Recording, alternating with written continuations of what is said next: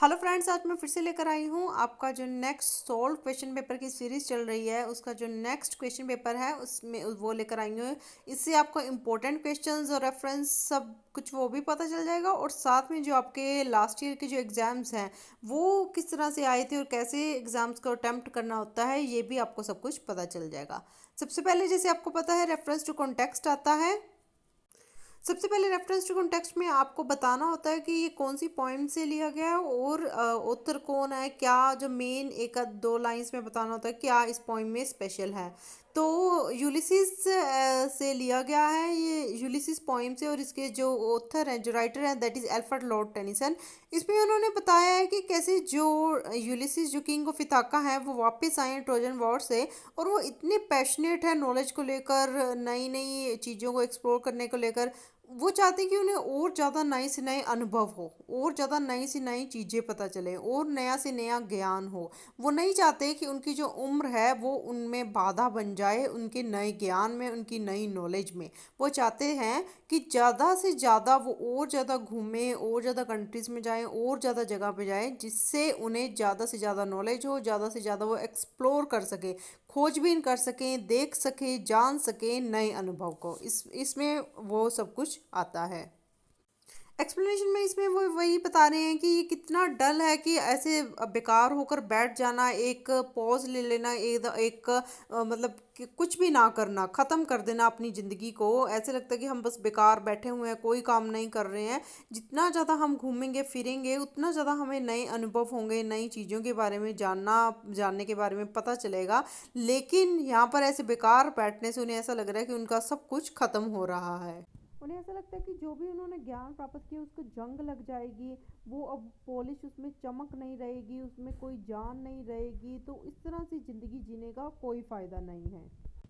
जिस तरह से सांस का चलना ज़िंदगी के लिए बहुत ज़्यादा ज़रूरी है, इसी तरह से घूमना फिरना, नई चीज़ों को जानना, नए अनुभव करना, ये सब भी अपनी ज़िंदगी के लिए उतना ही ज़रूरी होता है। ये सारे उनके विचार हैं, तो ये सब कुछ आप अपने एक्सप्लेनेशन में लिख सकते हो। नेक्स्ट जो पैराग्राफ है ये लिया गया है night of scorpion written by Nissim Ezekiel. इसमें उन्होंने उसने अब उसकी मदर उसके चाइल्डहुड एक्सपीरियंस, बचपन का एक अनुभव जो है वो शेयर किया है, उसके बारे में बताया। ये सारी पोएम उसके बचपन से रिलेटेड है। तो कैसे जब उसकी मदर को एक बार एक बिच्छू ने काट लिया था तो आसपास के लोग कैसे इकट्ठे हो गए थे, कैसे वो अपनी कैसी सजेशन दे रहे थे, सलाहें दे रहे थे, इसके बारे में ये सारी पोएम है। तो यहाँ पर उसने सिमिली यूज़ की है। सिमिली मीन्स एग्जाम्पल, जो हम लाइक या ऐसे यूज़ करते हैं। तो like swarms of flies and buzzed the name of god 100 times, 100 time बेला इज द एविल वन। यहाँ पर जो किसान इकट्ठे हो गए थे, आसपास के लोग इकट्ठे हो गए थे, वो ऐसे लग रहे थे जैसे मक्खियों का झुंड इकट्ठा हो गया। और यहाँ पर ओनोमेटोपिया पोइटिक डिवाइस भी यूज़ की है। बज जैसे उसकी आवाज़ आती है, किसी वर्ड को एज इट इज़ उसके आवाज़ के जैसे यूज़ कर लेना, दैट इज़ ओनोमेटोपिया। तो कई पोइटिक डिवाइसेस का यूज़ किया है नसीम इज़िकियल ने अपनी बात को रखने के लिए। तो उन्होंने क्या किया कि भगवान का नाम वो बार बार ले रहे थे, जैसे मक्खियों के भिनभिनाने की आवाज़ आती है। वो चाहते थे कि कुछ जो भी खराब है, जो भी गलत है, जो भी कुछ राक्षसी है, कुछ उसके पुराने जन्मों के कर्म जो गलत हैं वो ख़त्म हो जाए, वो पैरालाइज हो जाएं, वो डेड हो जाएं, वो बिल्कुल ख़त्म हो जाएं। और जो नए, जैसे जैसे उसकी मदर का दर्द ख़त्म होता जाएगा, वैसे वैसे उसके पुराने कर्म ख़त्म होते जाएंगे। और जो नए फ्रेश जो उसका ब्लड है, फ्रेश जो उसके कर्म है, अच्छे कर्म, अच्छा टाइम, अच्छा सब कुछ हो जाएगा। तो ये सब कुछ आप अपने एक्सप्लेनेशन में लिख सकते हो।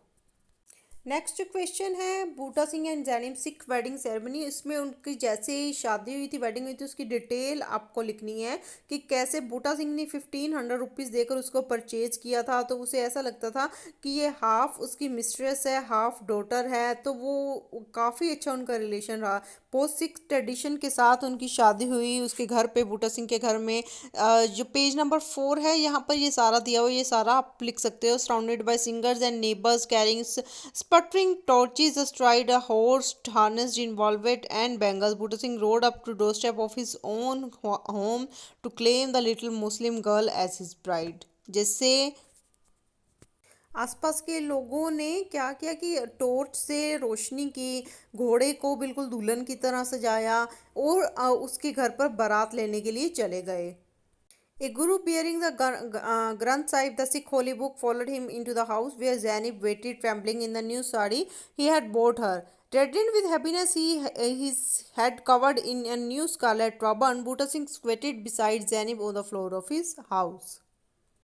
The priest explained to them the obligation of married life. Then, with the gathering, intoning his praises after him, he read from the sacred text. When he had finished, Buddha Singh stood up and clutched one end of an embroidered sash.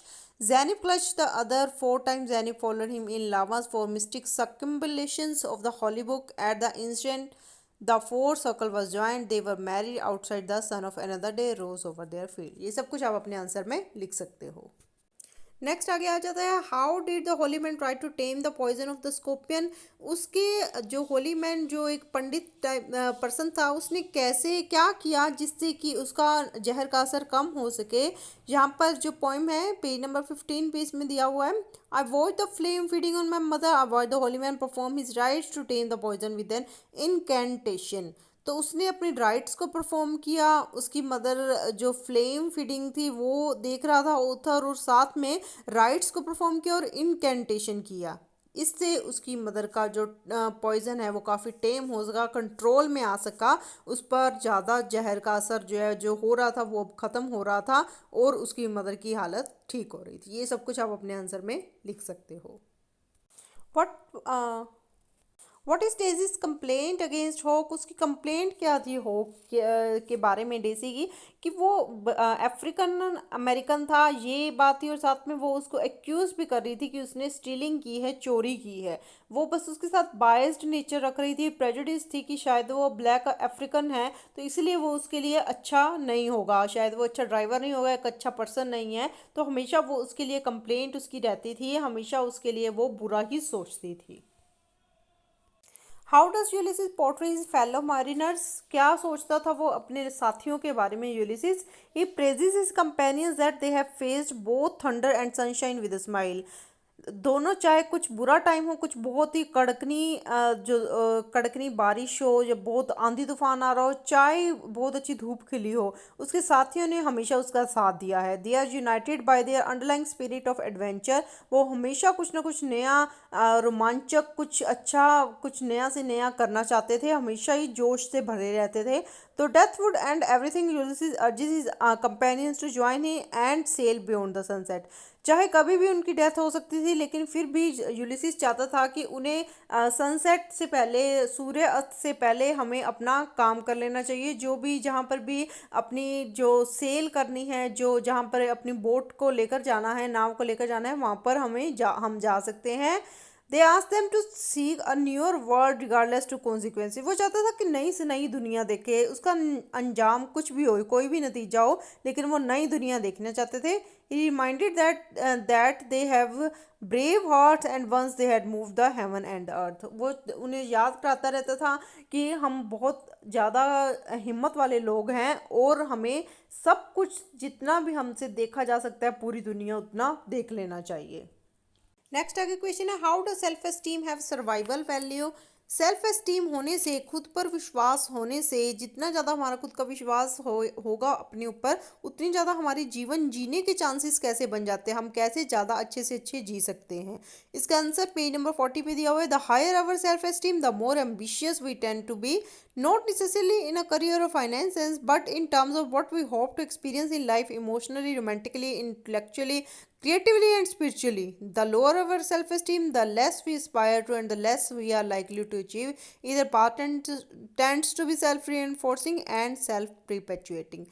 जितना अच्छा हम सोचेंगे अपने बारे में, दुनिया के बारे में, फैमिली के बारे में, सोसाइटी के बारे में, उतना ज़्यादा हमारा करियर अच्छा बन सकता है. सिर्फ पैसे की बात नहीं है, लेकिन हम हर तरफ से ही अपने लाइफ के जितने भी एस्पेक्ट्स होते हैं, ज़िंदगी के जितने भी अनुभव होते हैं, उन सभी को बहुत अच्छे से जी सकते हैं. फिर चाहे वो प्यार की भावना हो, चाहे भावनाएं हो, चाहे दिमाग हो, चाहे कुछ नया क्रिएट करना हो, कुछ नया बनाना हो, या अध्यात्म की दुनिया हो, हर तरफ से हम अपनी ज़िंदगी को अच्छे से अच्छा रख सकते हैं. प्रीपेचुएटिंग मीन्स लंबे समय तक बने रहना, और हमारी ये सारी चीज़ें बहुत लंबे समय तक बनी रह सकती हैं, इसको कोई हिला नहीं सकता. नेक्स्ट क्वेश्चन है, मैंने इसकी कलाहांडी की डिटेल, काफ़ी डिटेलिंग मैंने एक वीडियो में दे रखी है, आप चाहे तो उसको देख सकते हो.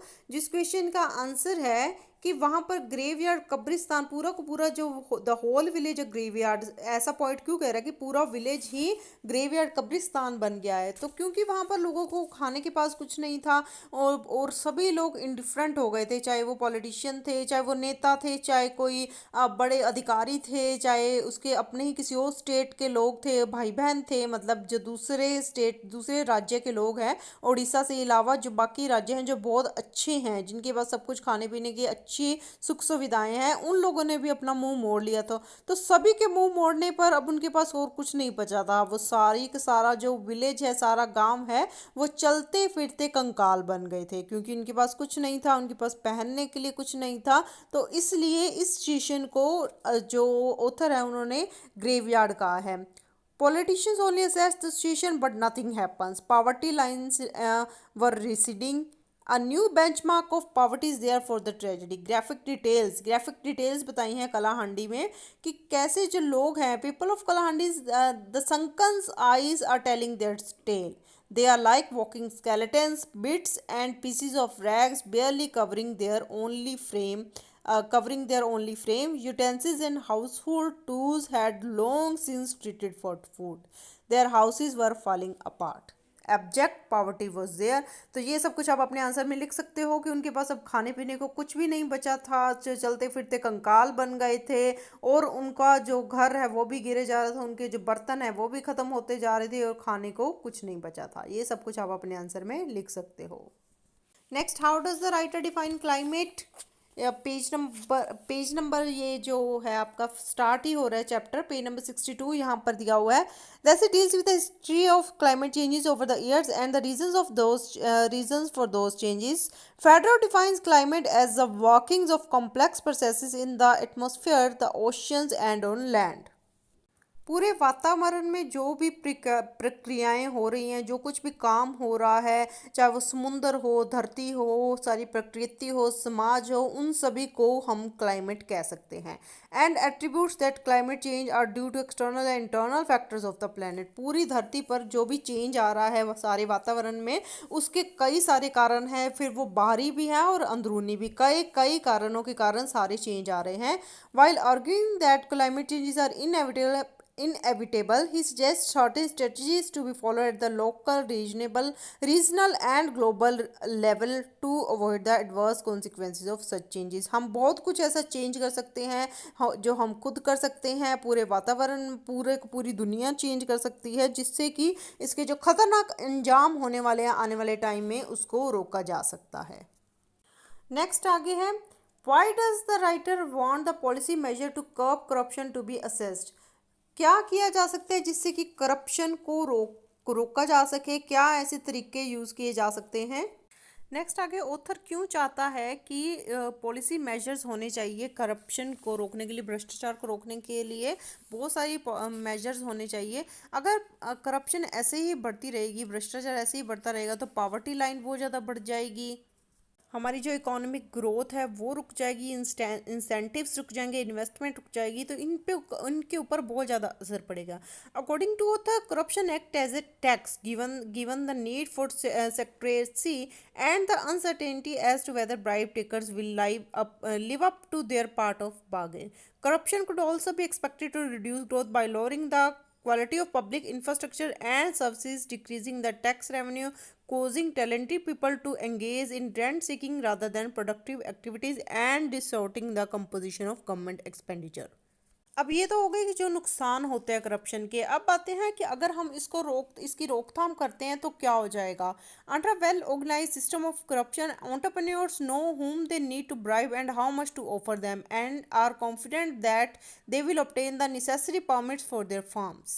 It is also been argued that well organized corruption is less harmful because under such a system a corrupt bureaucrat will take a clearly defined share of firm's profits which give him an interest in the success of the firm.